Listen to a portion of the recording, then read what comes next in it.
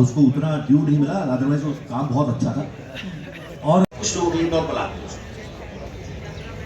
तो इंसान तो एक ही है। हरियाणा में कितने लोगों से पंगा लेके भागे हैं मुंबई? नहीं, मैं कभी किसी से पंगा, हरियाणवी से तो वैसे ही पंगा लगा, वो वैसे भी लाया नहीं जा सकता, सिर्फ बहकाया जा सकता है।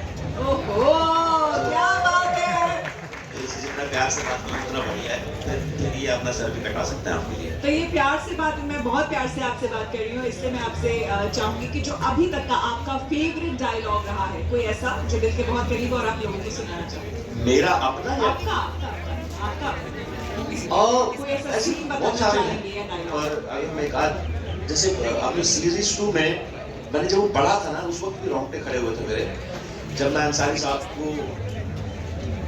सडनली वो बोले जा रहे हैं और के वो आखिरी मुलाकात है, वो सीन ही बहुत खूबसूरत है। तो जब वो बोलता है कि सर डिपार्टमेंट में किसी को ये ना बताना, तो वो जब गाड़ी रोक के बोलता है ना कि देख अंसारी, सॉरी सर मैं आपको अंसारी बुला सकता हूँ, तो वो जो मोमेंट है ना, वो हाथीराम और अंसारी का है, एसीपी अंसारी या इंस्पेक्टर हाथीराम चौधरी का नहीं। वो दो दोस्तों की कहानी है, और सडनली उसमें प्रोफेशन भी घुसता है और वापस भी आ जाता है, तो वो बहुत ही सुंदर है। और एक बहुत सुंदर लाइन है 3 ऑफ अस में, अगर आप लोगों ने किसी देखी हो तो फिर 3 ऑफ अस के एंड में जब वो बोलती है ना कि मैं वापस आने के लिए शुक्रिया, ये है वो बोलता है, तो वो कहती है कि अब बहुत ज्यादा दिन तक याद नहीं रख पाऊंगी, तो नरेश बोलता है कि मैं याद रखूंगा। वो इतनी सुंदर लाइन है कि उसको बोलते वक्त, पढ़ते वक्त कुछ 10 बार रोना आया और मुझे पूरे टाइम जब मैं वो देख रही थी, इट इज सो इमोशनल, सो टची कि आप एक बार शुरू करेंगे तो खत्म, जब तक वो खत्म ना हो जाए आप नहीं उठ सकते। आपको करते वक्त कैसा लगा? क्योंकि इस तरह की भावनाएं, इस तरह की इमोशंस पोर्ट्रे करना बिना फील किए तो बड़ा मुश्किल है। मैं अभी थोड़ी देर पहले भी कह रहा था, वहाँ कैच ये है कि हमारा जो फील लेवल है ना, आई एम श्योर इशफाक बैठा हुआ है, एग्री करेगा इस बात पे, कि जब हम पढ़ रहे होते हैं ना, हमारा वो उस वक्त ज्यादा हिट करता है। हुआ क्या है कि जब हमने पढ़ा और आप तक जब तक वो पहुंचा, उसके बीच तो कोई भी नहीं सकता। बज तो 50 गा नहीं सकते, कोई भी बजा रहे, उससे फर्क क्या पड़ेगा? ज्वेल थीफ का, हाँ, ज्वेल थीफ सॉन्ग अच्छा गाना है। क्या वो लग सकता है प्रीति? Can you please play it for Jaideep? Not for me, for Yes.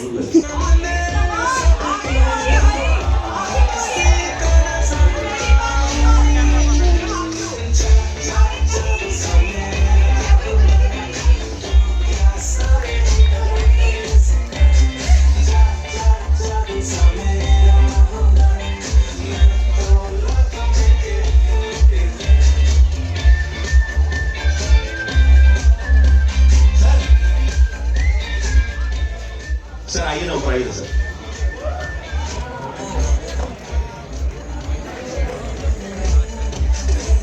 Ishfaq please आइए।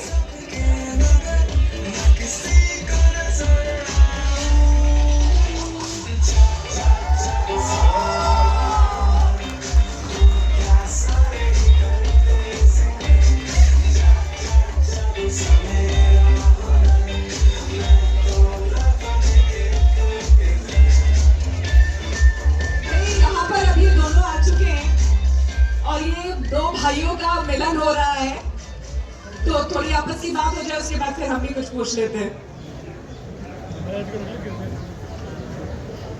तो ये बताइए, लोग आप लोगों को देख रहे हैं और जानना चाहते हैं कि जब साथ में सीन कर रहे थे आप लोग, तो तब भी ऐसी कुछ घनिष्ठता पहले से थी या फिर एकदम से कोई पास लाइफ कनेक्शन है? जनरली ये ऐसा हुआ था जब हम सीजन 1 स्टार्ट कर रहे थे, तो एक बार कुछ बात हो रही थी, हम एक बार 2-3 बार मिल चुके थे, कहानी पढ़ चुके थे, सब अपने थोड़ा बहुत डिस्कशन जो होते हो रही। मुझे आज भी याद है, मैंने अविनाश को बोला, अविनाश ने मुझे बोला था कि भाई तू और वर्कशॉप करना चाहता है, तू और इशफाक साथ में और बैठना चाहता है। मैंने कहा नहीं, पता क्यों? क्योंकि जितना कनेक्शन जो फील हुआ वो तो हो ही गया।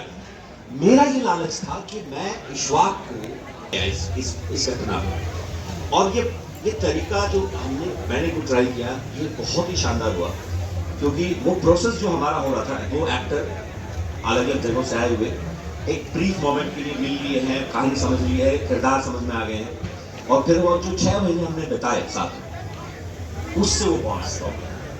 तो सीजन 2 में वो ऑलरेडी था। वो देख भी रहा था। आपके कोई ऐसे मोमेंट्स इनके साथ?